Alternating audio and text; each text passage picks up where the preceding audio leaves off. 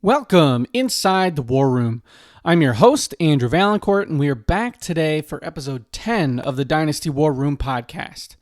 On today's show, we're going to dive into the rookie wide receiver class as we are approaching the NFL draft here in a couple weeks. So we want to really dig into the top wide receivers in this class, get a feel for where they'll be going in the NFL draft, where they should go in your rookie drafts, and who are some prospects that you should be targeting as sleepers. So we're going to dive into that. But first, I just want to remind everyone, go and follow the show on Twitter at Dynasty War Room. You can find us as well on YouTube and subscribe to our channel at Dynasty War Room. And go ahead and give the show a follow on whatever platform you listen to podcasts on. So whether that's Spotify, Apple, iHeartRadio, YouTube, you name it, we are on it. So go give us a review. 5 stars is a huge help to the show. And make sure you give us a follow so you don't miss any episodes in the future. Now, we're just going to launch right into things. We won't waste any time today. We got a lot of receivers to talk about. This is a very deep wide receiver class. So that's kind of the common theme that has been talked about in the Dynasty community space over the last couple months, is that it's a good wide receiver class, it's a deep wide receiver class, and it's very athletic. In my mind, it is a very boom-bust type of class because there is a lot of athleticism, but some of the production profiles that we're going to talk about today are not necessarily all that impressive. So keep that in mind as we go through that while this is a deep class, there's going to be a lot of players that end up as busts just because of the way the NFL works. A lot of these players have metrics that signal that, hey, if they work out, they could be great, but if they don't, they're going to be huge busts. So keep that in mind. Now, I don't think that's the case within the top 3 wide receivers in the class. So when we talk about rankings today, and I think this is an important tip for you when you approach your own rookie drafts, don't necessarily just have a list of, okay, 1 through 48, here are my top, 48 rookies. I would go through it. You can do that, but do it with tiers. So tier-based drafting is something that, a lot of people talk about when it comes to fantasy football, whether it's redraft or dynasty. But I think when it comes to your rookie draft, having tiers, especially as you get later into your draft, can be very helpful. And so that's how we're going to talk about it today. So I have 9 different tiers. So I'll still go through. I have my top 23 wide receivers. So we're going to talk about 23 different players. And those are spread across 9 different tiers. So kicking it off in tier 1 at rank 1 is Marvin Harrison Jr. He's the consensus number 1 wide receiver prospect in this draft. And everyone knows it. He's a stud. He's probably going to be the 102 in your rookie drafts. He's projected to be a top 5 pick, whether it's to Arizona at 4 or the Chargers at 5. I think the worst case scenario for him would be if he falls to 6th overall to the New York Giants. But even then, that sounds a little unlikely just because of how good of a prospect he is. But crazier things have happened in the NFL draft, given the fact that there are 4 very good quarterbacks in this class that could end up causing some trades and changing how the draft plays out. But Marvin Harrison Jr., he has 67 catches for 1,211 yards, 14 touchdowns this past season, 89.6 PFF receiving grade. He's 6'3", 209 pounds, and he's 21.6 years old at the time of this recording here on April 7th. So he's a young prospect, early declare. He's got great production, and he's got the height and the weight. He's got the size and the speed. Everything that you want out of a prospect, Marvin Harrison Jr. is it. There's really not anything bad to say about him. I mean, he's somebody that is commonly receiving comparisons to guys like AJ Green or CeeDee Lamb. We're talking, he's a 2nd-round pick right now in Dynasty startup drafts. So this is someone that is expected to come in and be a star right away. I think he will be. And it's one of those things where finding negatives is very tough. He's not the best after the catch. He's not a yak guy, so I wouldn't be expecting him to be someone that's, going to get, screens and, manufactured touches, things like that. I think it's just going to be, he's a great route runner. He's got great hands. He's going to be able to be open down the field. You're not going to have to get him the ball in those short range types of throws. So I don't really have anything bad to say. I think that he's a smash second overall pick in your rookie drafts. There's not another quarterback besides Caleb Williams that I would take over him. And while I love Malik Neighbors, who we're going to talk about next, I don't see anybody better than Marvin Harrison at the position this year. So coming in at number 2, as I just said, Malik Neighbors out of LSU. He's also projected to be a top 10 pick, and he is 20.8 years old, 6 foot, 201 pounds. Last season with LSU, he had 89 receptions for 1,568 yards and 14 touchdowns, and a PFF receiving grade of 93.1, which I believe is tops in this class among the bigger name draft prospects. So Malik Neighbors, I actually have him in the same tier as Marvin Harrison. So I have, my first tier is just 2 names. It's Marvin Harrison Jr. and Malik Neighbors. I have Harrison first, Neighbors second. I, right now, would draft Malik Neighbors at the 103 in a Superflex draft over Jaden Daniels, Drake May, J.J. McCarthy, etc. I think he's a star. I mean, his production was incredible. Certainly the LSU offense, helped in that regard, having a Heisman winning quarterback and just an offense that was going up and down the field every single game. But this guy does it all, and his metrics are there. A nice, early breakout, and there's, again, kind of like Marvin Harrison, there's not really anything bad to say about his game. Now, is he going to be somebody that, is a high point red zone type of, threat that, a la DK Metcalf or something like that? No, he's not that style of receiver. He's kind of more in that Jamar Chase type of mold where, he's going to be a great route runner, open all across the field, and he's going to create separation. And that's really the number one thing that I look for in wide receivers is guys that can get open. And Neighbors gets open. Just, that's all he does is get open and catch the ball. So, love Malik Neighbors. Think he's a smash 103 in Superflex drafts, and he rounds out my tier 1 at the wide receiver position. At number 3, and in a tier of his own, so tier 2, rank 3, Rome Odunze out of Washington. So he's another guy that's projected to go in the top 10 of the NFL draft, and he's 21.8 years old, 6'3", 212 pounds, so great size, and he had 92 receptions for 1,639 yards and 13 touchdowns this past season in Washington's magical season that ended in the national championship game. And 89.5 PFF receiving grade. He was great. Again, like I said at the top of this show, there's not a lot of negative things to say about the top 3 guys in this class.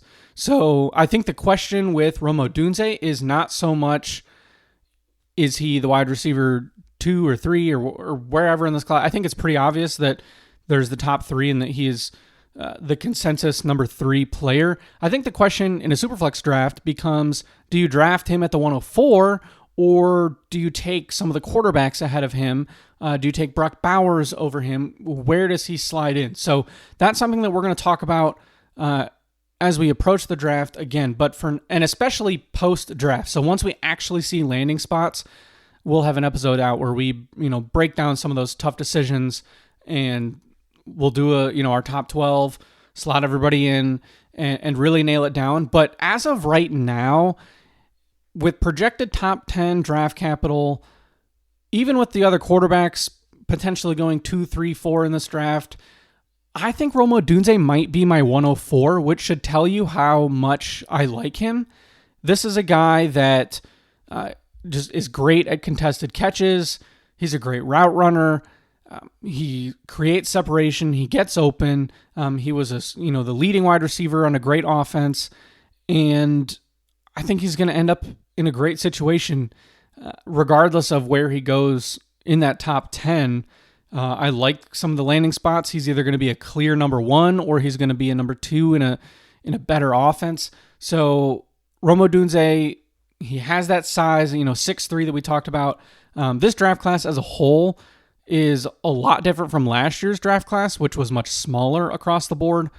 So it is nice to get some size. And he's somebody that I think is relatively similar to maybe like a Drake London, somebody like that coming out as a prospect. Someone who I liked Drake London a lot. He was the 102 for me in his rookie season. So Rome Odunze, just another great pick.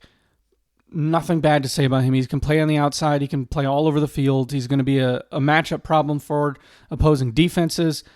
And I think the only reason that I have him as a separate tier is I do worry a little bit about just the fact that, his level of competition in the Pac-12 wasn't necessarily as good as Malik Nabers and Marvin Harrison. And I don't know that he is quite as crisp of a route runner as the other two, but by saying that, by no means am I, diminishing how good of a player he is. He's still, elite. It's just he happens to be in a class with two of the best wide receiver prospects that we have seen in a long, long time.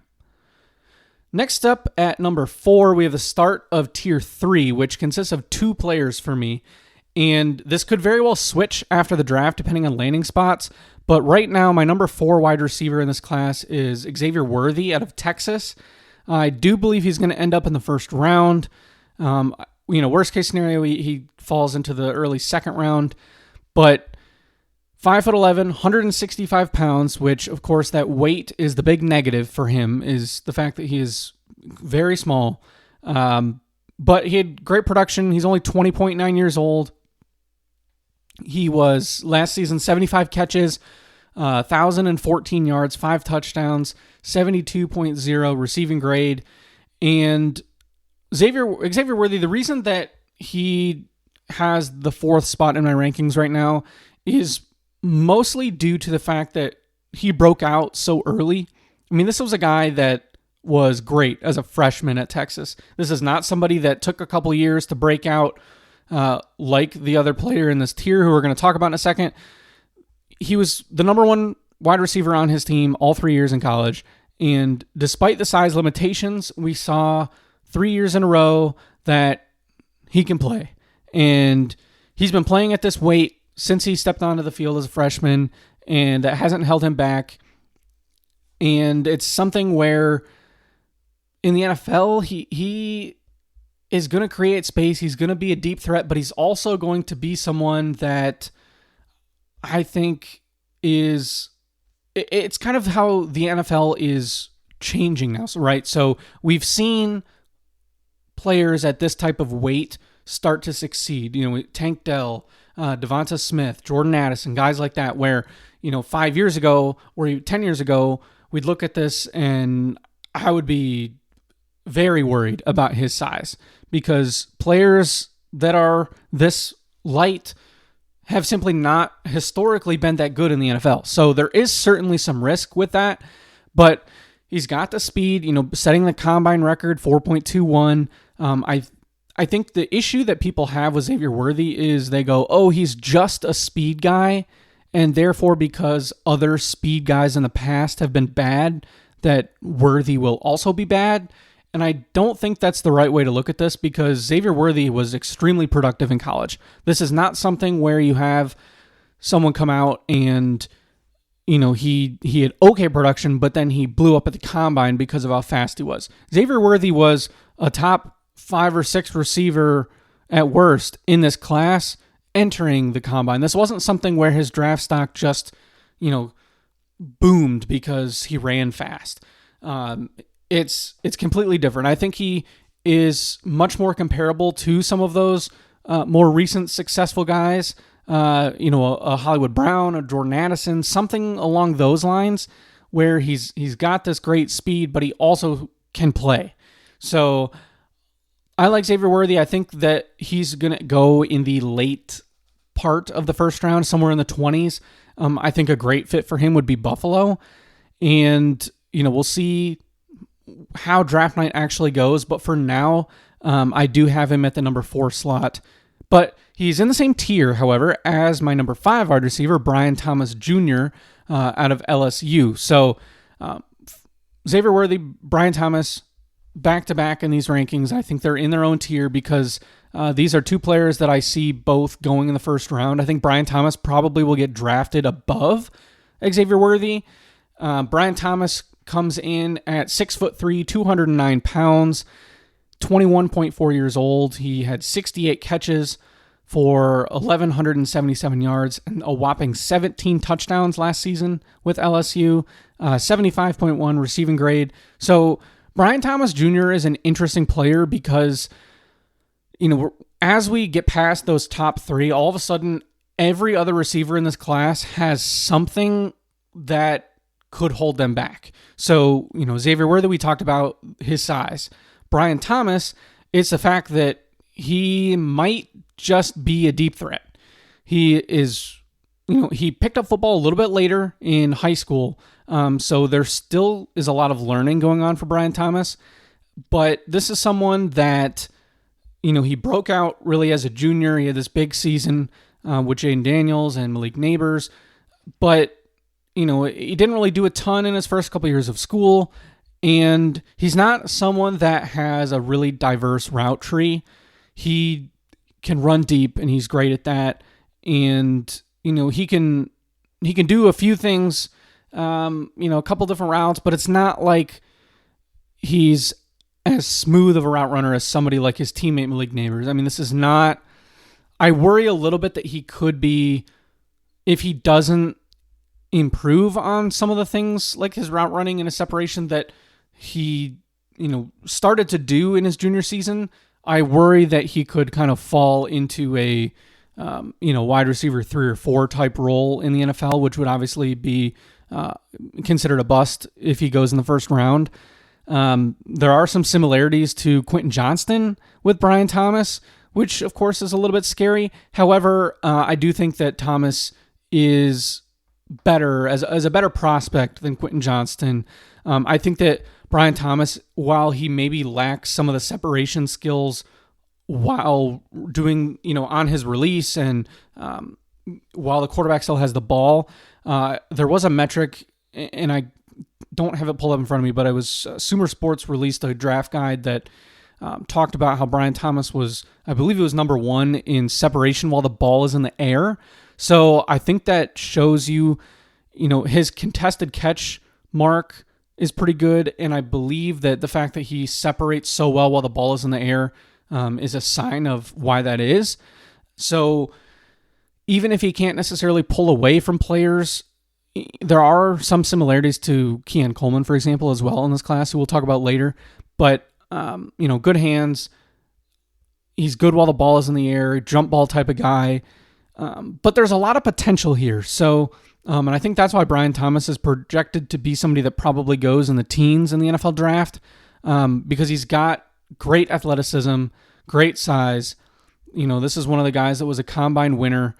And this class as a whole, just as a little bit of a side tangent here, as Brian Thomas ran a 4.33 at the NFL Combine in the 40-yard dash. So elite speed.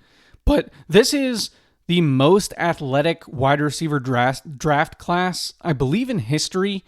And I think that shows with a lot of the prospects that we're talking about in this show is kind of from here on out, or from number 4 out.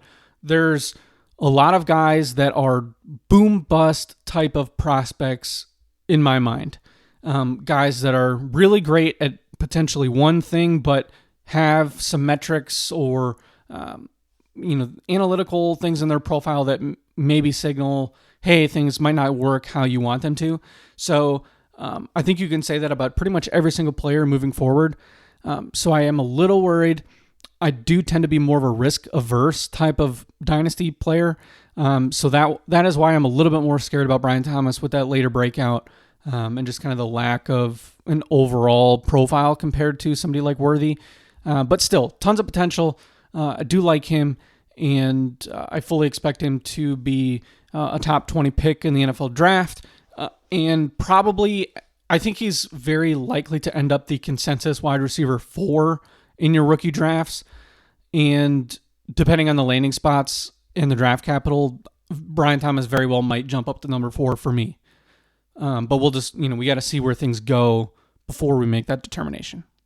So next up, in a tier of his own at number 6 is Troy Franklin, wide receiver out of Oregon, projected to be an early second-round pick at the moment, and he's 21.2 years old, 6'2", 176 pounds, 81 catches, 1,383 yards, 14 touchdowns last season, 87.3 receiving grade. So Troy Franklin is someone that I like a lot. And he didn't have the best combine. He, was a little bit slower than expected. He was lighter than expected. He was shorter than expected. So, a lot of things that were like, oh man, like this guy could have been like, this guy probably belongs in the tier with Worthy and Brian Thomas Jr., but without the draft capital at the moment, if he's a first round pick, he will jump up into the tier with Worthy and Thomas. But for now, we have him projected as a second round pick.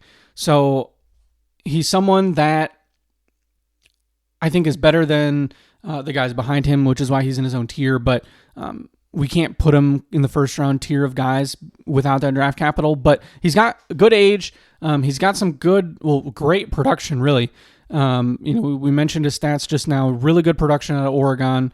With Bo Nix this past season, and he's been consistent over time. So, we like that. He broke out relatively early, so he's an early declare wide receiver, and it's something where landing spot's going to matter with him, I think, as it will for a lot of these guys, but you want to make sure that they end up in a situation where they can have a good role in the offense. He's got good speed, even though he did weigh in at 176.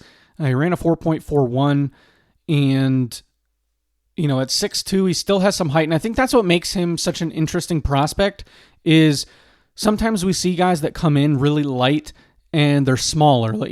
Xavier Worthy at 165, but he's only 5'11", or some of these slot wide receivers that we're going to talk about at the end of the show that are 165, 175, 185 pounds, but, they're all 5'8", 5'9", 5'10". So Franklin's different in that he does have some height. So while he isn't 6'3" like we thought he might be, 6'2" is still solid, and I fully expect him to be both a deep threat and somebody that can, create space, be a good, sit in the zone type of guy.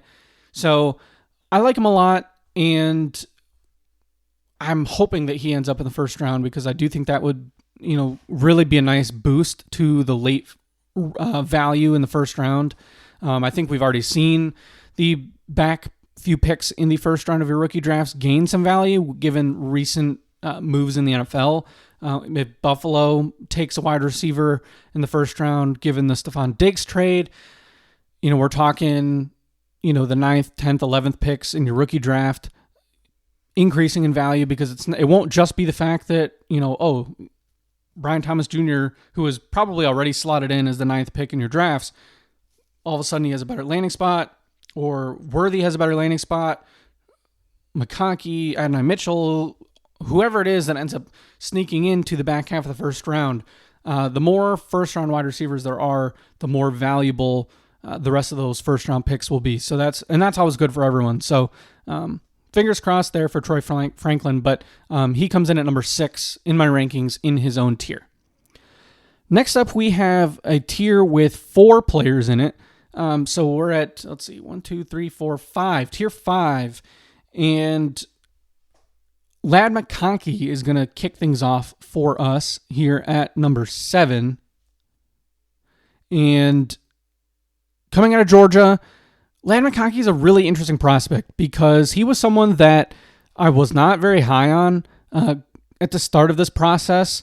When I first started really digging into the rookie class, in January and early February and whatnot, he was somebody that I kind of had pretty much taken out of my top 24 because his production is not good. He did not do much at Georgia. in his career. So you kind of wonder, well, how in the world does he end up at number 7? Well, right now he's projected to be, a borderline first-round pick going at that 1-2 turn. He is 22.3 years old, 5'11", 209 pounds. He had 30 catches for 483 yards and 2 touchdowns this past season, 81.3 PFF grade.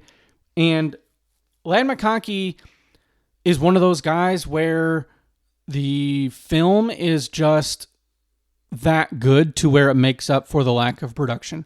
This is somebody that, missed some time with injury, and so he didn't play a full season, but he was a reliable weapon in that offense. His per route numbers, per route run numbers were very good.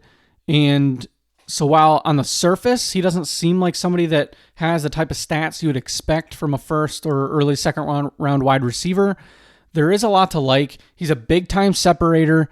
He's got great athleticism. He's very fast. His testing numbers from the combine, he was somebody that ran the 40-yard dash 4.39, and that's a really good number. And I think I just said he was 5'11". He came in at 6 foot at the combine, so that's good too. His testing numbers, and I don't think this is a good comparison, so I'm hesitant to even say this, but his testing numbers were very similar to Garrett Wilson coming out of Ohio State. So similar size and speed and everything coming out there as prospects. But Ladd McConkey, I think, is a much better athlete than people expected, and he's someone that I think maybe started this process as more of a second rounder, but now is being looked at as, not completely safe in the first round, but somebody that certainly is going to have, a chance to go in the back part of the first round. So if you like elite separators that are great route runners, that get open for their quarterback and have great hands, this is your guy, because that is what Ladd McConkey is. He's somebody that is just going to get open all the time. So I think a good fit for him would potentially be like Carolina, paired with Bryce Young, somebody along those lines. I think maybe a Deontay Johnson style player potentially. But that's how I see him for now. There's not, a ton else other than that. There are, some people are going to be completely out on McConkey because he lacks the production. And in the past, I may have been one of those people, but, the more I've seen of him, I'm starting to come around. And this is factoring in the fact that he will likely be a first round pick. If he does not go in the first, he may fall a spot or two in these rankings, or even if he stays within this tier, he may fall to the back end of the tier. Because like I said, this is a tier with 4 different players in it. So this is tier 5, and we'll touch on the rest of that tier now. So Ladd McConkey comes in at number 7 at the top of tier 5. But at number 8, I have Adonai Mitchell out of Texas, also projected to be a late first or early second round pick. And he's 22.4 years old, 6'2", 205 pounds, 55 catches, 845 yards, and 11 touchdowns at Texas this past year, where he had a 74.1 PFF receiving grade. So Adonai Mitchell is probably the number 1 player that film analysts and analytical people are just totally split on, because his film in a lot of aspects is pretty good, but his analytical profile is not good at all. It's really bad. I mean, his yards per out run, over his career, very low. He fails to meet a lot of those analytical benchmarks that you would be looking for. He's highly inconsistent. While the tape shows a good player, he has great hands. He's a great athlete. We mentioned, the size, but he also had a very good combine with, very strong testing numbers. But this is somebody that I think the common theme of, while those who watched him said his film can be very good, he does disappear, he can be inconsistent, and he does take plays off. So, it's something where you kind of question the effort sometimes. Can he put it together fully all the time at the NFL level? Because if he can, he could be a very good player and is probably somebody that if he plays to his capabilities all the time, he will deserve to be a late first-round pick. But, I think whether he can do that is a question, and I'm probably not going to have a lot of Adonai Mitchell in my leagues because I'm not sure that I'm a believer, because while I can appreciate the film and understand that there are certain things he can do, I do tend to be a little bit more of an analytical profile-based drafter, and Mitchell just doesn't have a great profile in that sense. So, like him somewhat, positioned in this class, I think at number 8 is pretty fair in my opinion. I've seen some people that have him up at 6 or 5. I think even some people at 4, but I can't get there. If you wanted to make a case that he belongs over McConkey, that's certainly a discussion we can have, but I just don't see him above Troy Franklin right now, because the production wasn't there. I mean, he didn't break 1,000 yards. He was a number 2 receiver on his own team behind Xavier Worthy, and I just can't, fully get there with him. So, Adonai Mitchell comes in at number 8, the number 2 receiver in tier 5, and he's probably somebody that I am fading a little bit in rookie drafts. Coming in at number 9 is another player that is, just so intriguing, and I think is a decisive figure among, fantasy players right now, and that's Keon Coleman out of Florida State. Second round projected draft capital, 20.8 years old. He's 6'3", 213 pounds. He had 50 catches for 678 yards and 11 touchdowns last season, 70.6 PFF grade. And Keon Coleman, we've talked about him a few times before. The big thing with him is the fact that he simply is not a good separator. This is not a player that is great at getting open, and that's obviously a big problem. So Keon Coleman, while he struggles in a lot of areas, his analytical profile is not great, but he has really good hands. He's kind of a DK Metcalf style guy where he is a big time, jump ball, contested catch, box out the defender type of player. And he's going to be a really good red zone threat with his size. And I believe he will probably end up as someone in fantasy football where he never has, those crazy, catch and yardage totals, but he might be a double-digit touchdown guy, which, it's hard to, project that, and it's not always the most sticky stat, but I do think that is the type of player that he can be. He's probably got the best hands and the best, body control at the point of the, in those jump ball types of situations out of pretty much anybody in this class. It's everything else that is tough to figure out with him, because I just don't know. The production was okay, but not great. He started the season really, really strong against LSU. He had all those highlights. Everybody remembers it from the beginning of the season, but he just didn't quite, fully get there. And I think the fact that he is not a good separator is probably the main reason why. And so I do think that potentially creates some problems for him at the NFL level, because if he can't get open enough, the NFL defensive backs are certainly much better than what he faced in the ACC. And then before, he transferred from Michigan State, where he was a good player there.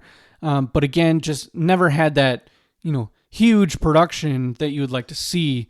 So I do think there are some very serious questions about whether he will be able to play the same type of role in the NFL. But if he can, he has a very high ceiling. So that's where he's another kind of boom-bust type of prospect. And it's more about just finding your comfort level in your rookie drafts of where you might take a guy like this. I think mid-second round makes a lot of sense. But again, just depends on the draft capital and what kind of situation he ends up in. Next up at number 10 in these wide receiver rankings, the last player in Tier 5 is Roman Wilson out of Michigan. He's moved up the draft boards right now, projected a second-round pick, and 22.8 years old, 5'11", 185 pounds, 48 catches, 789 yards, 12 touchdowns last season for the national champs, 84.5 PFF grade. And Roman Wilson is someone that, while he didn't quite have the size that we would have liked to see at the combine, still solid. He is somebody that can play both on the outside and in the slot. Very good athlete, very quick, kind of one of those agile speed guys, but great hands. Was a leader on Michigan's offense, their best wide receiver with J.J. McCarthy. And I think, the fact that he played for Michigan and had, playing on a run-heavy offense, of course, limited his, his production totals, only 48 catches and didn't reach 1,000 yards. But the touchdowns were there. And, given the fact that he is only 5'11", 185. I think the fact that he has that many touchdowns shows how good of a red zone threat he can be with his shiftiness. And usually when we see guys with double-digit touchdowns, we're thinking, oh, that guy's probably 6'2", 6'3", 215 pounds, something like that. That's not the case with Roman Wilson. So that's always nice to see. And I think he's going to be mid to late second-round pick. Could be a really good number 2 in the NFL. And I think there's always a place for that in fantasy. I think you're talking about, probably a mid, 206, 207 type of player in your rookie drafts, depending on the landing spot, of course. But I like him a lot. Saw every game this past season, and, just somebody that I think will continue to be really, really effective at the next level, just like he was in college. And he was the star of the Senior Bowl. So that's another thing where, it wasn't just at Michigan that he was very good. He proved it on the field with other draft prospects, other seniors that were there. So that's always really nice to see as well. And that's why he joins this tier with a number of guys where Roman Wilson to me feels like more of a lower ceiling, higher floor type of player, where he's a bit more of a safe, potential flex type of guy, maybe like a Chris Godwin type, but he maybe doesn't have the same type of ceiling as somebody like Adonai Mitchell or Keon Coleman have. But again, just very different style of player. So something to keep in mind depending on, your team needs and what you value in your rookies. Now we're going to get through the next batch, hopefully a little bit faster. We've already had a little bit of a longer show here today, but we got a lot of wide receivers to get through. So we'll try to, speed through players 11 through 23 a little bit. So next up with rank 11, the two-man tier 6, and I have Xavier Legette out of South Carolina, and then at number 12 in this same tier, I have Ricky Pearsall out of Florida. So two guys, you could flip them easily. That's why I have them in the same tier. We'll start with Xavier Legette, South Carolina. He broke out as a fifth-year senior. He had 4 years with essentially zero production, which is always a little bit concerning. Frankly, it's extremely concerning, and I think that's the big issue I have with Legette is that I don't know what player we're going to get in the NFL. However, 6'1", 221 pounds. He's 23.2 years old. So like we mentioned, he was a fifth-year senior, so he is a little bit on the older side, but he had a great final season. 71 catches, 1,255 yards, and 7 touchdowns, 86.9 PFF grade. He was great. I mean, his film was good. He did, everything you'd want to see in a final year in college. Xavier Legette did it. He was awesome. But from an analytical perspective and the fact that it took him 5 years to break out, there's certainly a lot of reasons that would suggest players like him don't work out in the NFL. So as some of the previous players, like we've talked about, Xavier Legette is a perfect example of why so many players in this wide receiver draft class are boom-bust prospects. So I'm going to just keep saying that because that's how a lot of these guys are. Deep threat type of guys, they can do a lot of things. I think the reason that Xavier Legette is at 11 for me and not further down in my rankings is because I don't see him as purely a deep threat. I do think that he can do a couple different things. He can play out of the slot. He didn't do it all the time, but about a third of the time he played in the slot. So, he has good versatility, and he's a freak athlete. He tested really well at the combine, and so there are some things to like, given the size and the speed. 221 pounds, and the fact that he had the type of performance he did at the combine, I think says a lot. Ran a 4.39, so 40-inch vertical, things like that. So really good athlete. I'll be very intrigued to see where he goes in the NFL draft. I think right now he's kind of penciled in as a second-round guy. If teams decide, hey, this guy is, this fifth-year senior season is truly what he is, I mean, we could be talking borderline first-round pick, but if teams get scared off about the fact that he didn't do anything for the first 4 years, all of a sudden we're talking maybe third round, a little bit of a slide. So could go a lot of different ways, but right now, second-round pick with his projected profile, Xavier Legette, South Carolina. Number 12, we talked about it a second ago, Ricky Pearsall out of Florida. Also currently projected to be a second-round pick. Could fall to the third, but somebody that has been rising up draft boards very similarly to Roman Wilson and Ladd McConkey throughout this process. Excuse me. And this is somebody that the tape is very strong for, but doesn't necessarily have the college production that you would love to see. But we'll run through his numbers here. 23.5 years old, so he's definitely on the older side, so we don't love that. But he is 6'1", 190 pounds, 65 catches for 963 yards and 4 touchdowns last season at Florida, 77.8 PFF grade. And he started in college at Arizona State. It didn't really do much. Ended up transferring over to Florida, where his production, grew a bit. He was pretty consistent over his past couple seasons. And this is somebody that's a good route runner. He's got good athleticism, kind of an under-the-radar type of athlete. I think we didn't really know that he was that great of an athlete until the combine came along. He came in ran a 4.41, 42-inch vertical. Just really good numbers all across the board. Ran the 3-cone, ran the shuttle. Both had extremely good times in both of those drills. So a lot to like about Ricky Pearsall.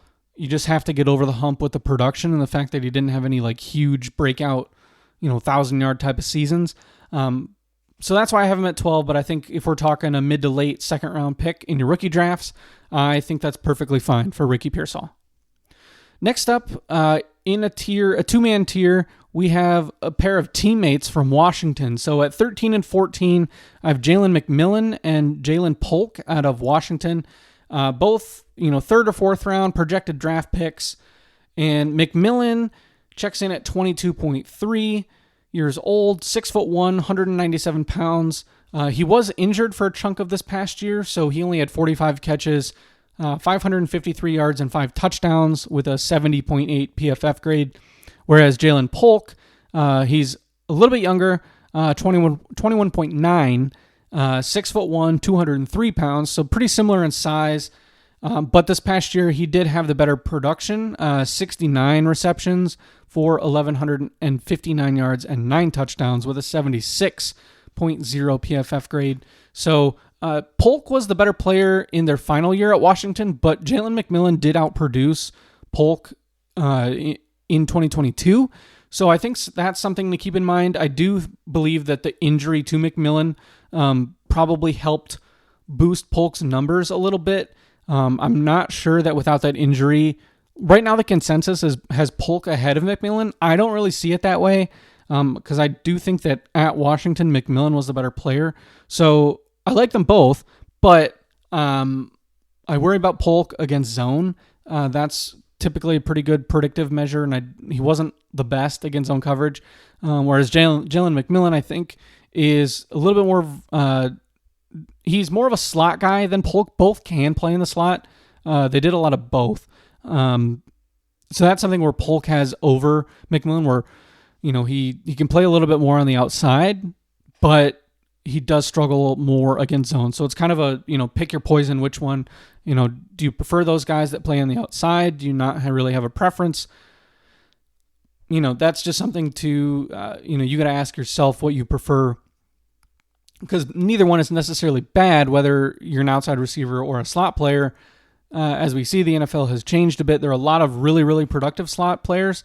So that gives me some hope that Jalen McMillan, can be one of those guys.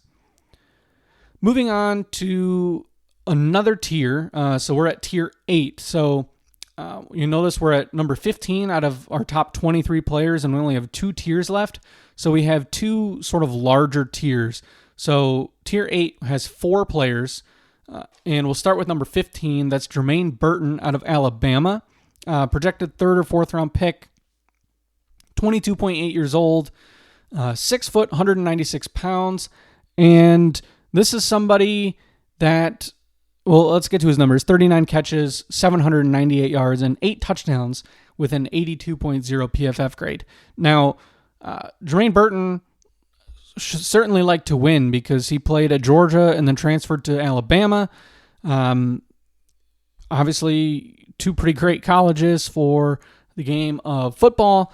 And my issue with Jermaine Burton is he never really had great numbers. He never really had one of those years where he just had, a bunch of catches or, truly broke out. He was relatively consistent. He kind of a slow, consistent growth throughout his time in college, but just didn't quite ever reach the point where you were like, oh, this guy is your, standard Alabama elite wide receiver. Just didn't quite get there. He had some good production with his yards this past season, but it was only on 39 catches. This is somebody that I view as kind of just a pure deep threat. Think like Jameson Williams light. I don't know if he's not the type of athlete that JMO is, certainly not, which is, of course, why he's going in the 3rd, 4th round. But in terms of just stylistically, like kind of one of those deep threat, field stretcher type of players, that is what Jermaine Burton does. Solid player. I think he's an intriguing prospect. I wish that Alabama had a better passing attack this past year, so we could have seen a little bit more of him. Jalen Milroe was a little bit more of a running quarterback there, so we didn't necessarily see that high-level type of passing offense that we've seen in the past from Bama. But a good but not great prospect with Jermaine Burton. So somebody that I will be keeping my eye on as one of those potential early 3rd round rookie picks. Somebody that could have some sleeper value. So that's kind of how I see this tier in general. So we start with Jermaine Burton, and then my next guy at number 16 is Javon Baker from UCF. Another mid-round, 3rd, 4th, maybe even 5th round type of wide receiver. 22.1 years old. He actually transferred from Bama to UCF. And checks in at 6'1", 202 pounds, 52 receptions for 1,139 yards and 7 touchdowns this past season at UCF. And like Burton, there are some similarities in the fact that he is, a deep threat and is somebody that is going to be able to space the field, and he creates plays. And I think that's something where a lot of analysts in the community are in on Javon Baker. I've seen a lot of love for him on Twitter, and just generally speaking, analysts and other podcast hosts that I respect are in on Baker. And he has good size, 6'1", 202, a lot to like there. But the biggest issue I think with Javon Baker is that he didn't do anything at Alabama. Obviously, it's a little bit tougher to crack the lineup when you're at a place like that, but typically the best players that we've seen come through, do get on the field and make an impact, and we didn't see that with Javon Baker at Alabama. So that was my concern.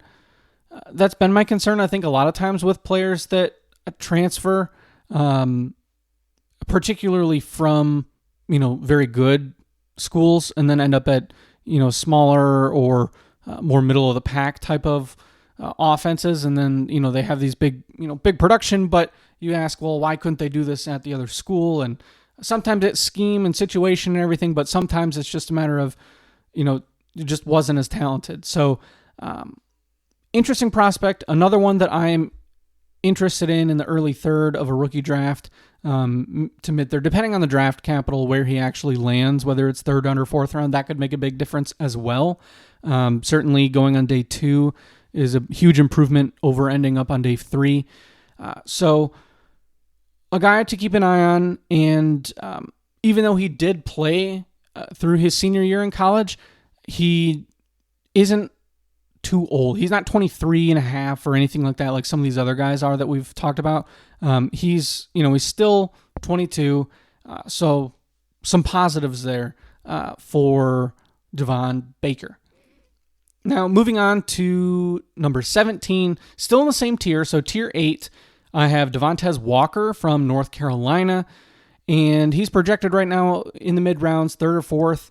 He's 22.8 years old, 6'2", 193 pounds. This is another one of those explosive, boom-bust, deep threat type of athletes. So, he could be a great NFL player, make a big impact on deep balls, things like that. But I do worry about the route running. I worry about the fact that, he did miss some games at the beginning of the year because the NCAA ruled him ineligible because of some various issues that, the NCAA loves to play around like that. So I'm not going to hold that against him. But, he transferred from Kent State, so he kind of did the opposite of Javon Baker, where he went from a smaller school to a bigger school, and then he continued to produce. So we do like to see that. Really good athlete, but I just don't know that Devontae Walker is somebody that is going to create a lot of separation or be somebody that moves the chains. I think he's kind of going to be a one-trick pony that ends up, a wide receiver 3 in the NFL that gets open down the field and creates some mismatches and, ends up with 3 catches for 60 yards and be that sort of player. So certainly there's a place for him, but whether he's a high-impact fantasy player, I'm not entirely sure. But again, I think we need to see the round in which he will go before we make any, overwhelming determinations on whether he's somebody that will be higher or lower on our board. But right now, he's kind of a mid to late third rookie pick type of player in my eyes. And rounding out this tier is Malachi Corley at number 18 from Western Kentucky. Probably a third, potentially 4th round pick as well. Seen a lot of variations with him. He's 22 years old, 5'11", 210 pounds. He had 79 catches for 985 yards and 11 touchdowns, 82.5 PFF receiving grade. So the numbers are great for Malachi Corley, but to me, he's more of a gadget player. I think if you've been on Twitter or listened to shows or anything like that that have talked about rookies, I'm sure you have heard at least one person compare Malachi Corley to Deebo Samuel. I'm not sure I see it. The other common one kind of on the opposite end of the spectrum is Amari Rodgers. I've seen both of those in multiple places. So that's kind of your high and your low for Malachi Corley. So I think the draft round and landing spot will matter, of course, especially with somebody like this where he thrived on those manufactured touches close to the line of scrimmage, plays in the slot. He's not somebody that's going to be a big deep threat, certainly given that he's on the smaller end of the spectrum in terms of his height. So an interesting player, but not somebody that I love. I think I'm probably a little bit lower than consensus because I tend to steer away from those gadget guys and those just, screen pass, get open behind the line of scrimmage type of people. That's not really what I typically am looking for with my dynasty lineups. But, never say never. There's always room for growth there. And if he lands in the right system, again, there is a nice ceiling for a guy like Malachi Corley. I just don't know that I fully, buy into it. Now approaching our final tier, We have Tier 9, which has, we're going to kick it off with number 19, Malik Washington out of Virginia. Probably a 4th round pick, maybe 5th, but he's, projected right now going in the 4th round range. And big time slot wide receiver. 5th year senior, 23.3 years old, 5'9", 191 pounds. And he had really good production this past season. He, at Virginia, after transferring from Northwestern, had 111 catches for 1,384 yards and 9 touchdowns. And he had a really good PFF grade as well, 92.4. So a lot to like with Malik Washington, who, smaller school, and he did play majority in the slot. So that's always something that is a little bit tough, because you wonder, hey, is this someone that can, is he big enough to play at the NFL level? Does he have enough versatility to where, he can have a role? But as I mentioned earlier, slot players have continued to grow in importance in the NFL.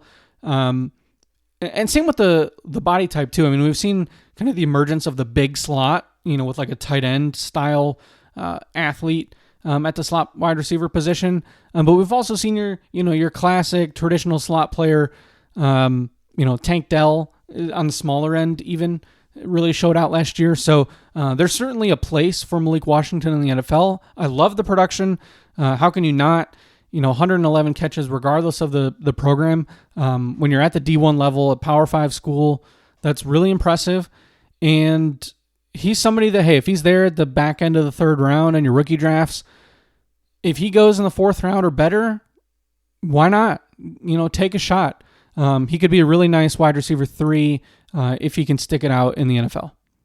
Another player that fits that same exact mold and also has really good production is Jacob Cowing out of Arizona. Another 4th or 5th round projected pick. He's 23.2 years old. He's even smaller than Malik Washington. Actually, he's quite a bit smaller. 5'8", 168 pounds. So this is truly more of that Tank Dell style player. And there's a lot of similarities actually between Tank Dell and Jacob Cowing. So, something to think about there if you're, early 4th round pick and Jacob Cowing is on the board. But 89 receptions, 868 yards, and 13 touchdowns, 77.2 PFF grade. He transferred to Arizona from UTEP, where he was also highly productive. So while he did play 5 years, this is somebody that was just ultra productive everywhere he went. And it's hard to knock that. But he had a couple 1,000-yard season. So while this past season he had 90 catches, he didn't reach that 1,000-yard mark. But the year before, in 2022, he did. He had 85 catches for a little over 1,000 yards. And 1,300 yards the year before at UTEP on just 69 catches. So early breakout, we like to see that. The fact that he carried over his production from a smaller school to a bigger school, and was on a pretty good offense this past year at Arizona. So definitely some things to like. A nice sleeper, somebody that I'll certainly be taking a shot on in the 4th round of some leagues if he is on the board. 21, we have Johnny Wilson out of Florida State, another 4th or 5th round projected player, 23 years old, 6'6", 231 pounds. So the complete opposite size player from Jacob Cowing. So Johnny Wilson at Florida State, 41 catches, 617 yards, and 2 touchdowns.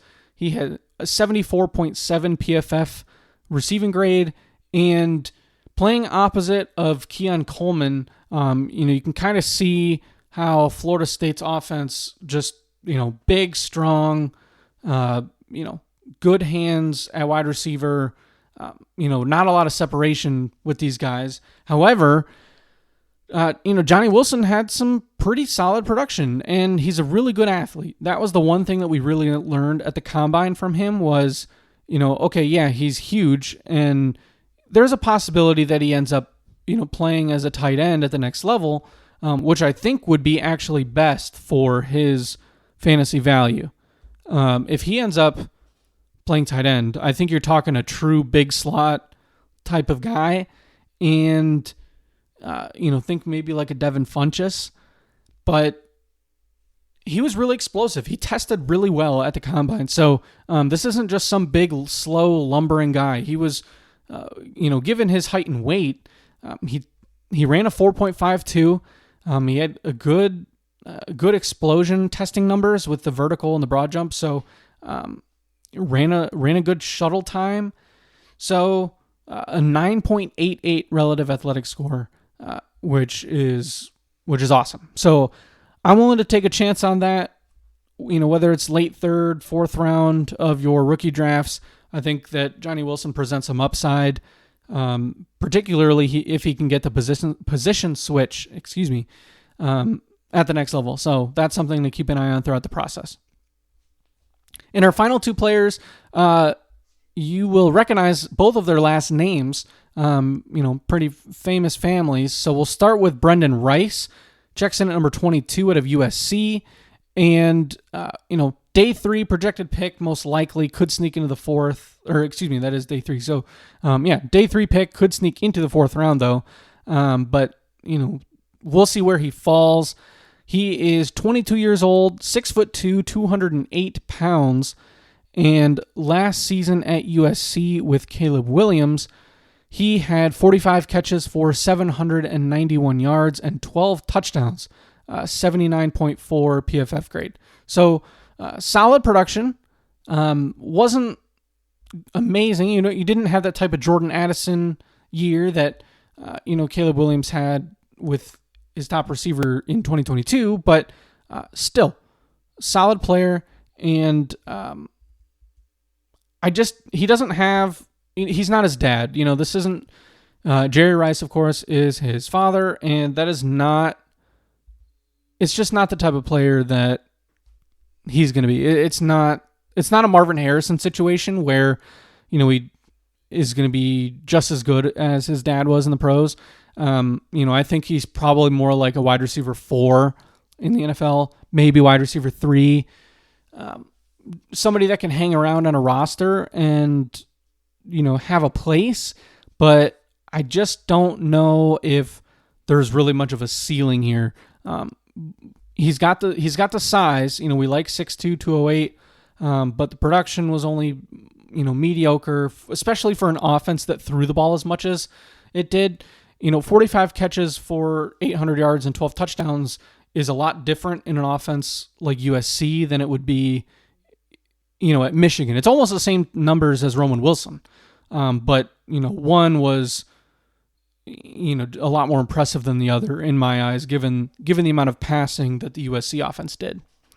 Now, the last guy that we're going to talk about at number 23, also from a very famous football family, and that's Luke McCaffrey, who is the younger brother of Christian, and he's out of Rice. Quarterback turned into a wide receiver, day 3 pick, and he is 23 years old, 6'2", 198 pounds, and he had some pretty good numbers this past season.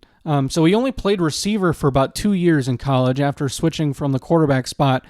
And in 2023, he finished with 71 catches, 992 yards, and 13 touchdowns, 82.7 PFF receiving grade. So for somebody that is learning the position, I think that's pretty solid numbers there. Rice is certainly not, those numbers don't mean as much as if they came at a Power 5 school, but, they're not something to ignore. And it's what you would want to see. If you're going to take a shot on a small school guy, you want to see that he has the size. This is somebody that's very athletic, but 71 catches and practically 1,000 yards and a red zone threat with 13 touchdowns. I'll take that shot in the fourth round, any year. So, especially given the bloodlines, hey, same with, a Brendan Rice. If you want to take a shot in the fourth round and hope that they work out, I think that that's a perfectly fine move to make. So there you have it. That's a longer episode today, but there's our top 23 wide receivers in this draft class in tiers. So 9 different tiers. We'll do a full rundown here before we sign off. So tier number 1, in order, we have Marvin Harrison Jr. and Malik Neighbors. In Tier 2 at number 3 by himself is Rome Odunze. Tier 3, we have Xavier Worthy and Brian Thomas Jr. Tier 4 by himself is Troy Franklin. Tier 5, we have Ladd McConkey, Adonai Mitchell, Keon Coleman, and Roman Wilson. Tier 6, we have Xavier Legette and Ricky Pearsall. Tier 7, Jalen McMillan and Jalen Polk. Tier 8, we have Jermaine Burton, Javon Baker, Devontae Walker, and Malachi Corley. And checking in the 9th tier, we have Malik Washington, Jacob Cowing, Johnny Wilson, Brendan Rice, and Luke McCaffrey. So there you have it. Thank you all for tuning in. I appreciate you if you made it this far. The first round is easy. So if people that stick around for the first few minutes and, they get to hear about, Marvin Harrison and Malik Neighbors and Rome Odunze, that's great. But knowing the sleepers in the later rounds to, target in the 3rd and 4th rounds, I think are important. So, that's how you find those diamonds in the rough, get those nice sleepers. So appreciate you all for hanging out with me and listening here to the end. We will be back next week for another breakdown on quarterbacks. So some big time discussions that we need to have, how we're going to rank those quarterbacks ahead of the draft. So check back next week for that. But in the meantime, thank you all for listening, and we will see you all next week.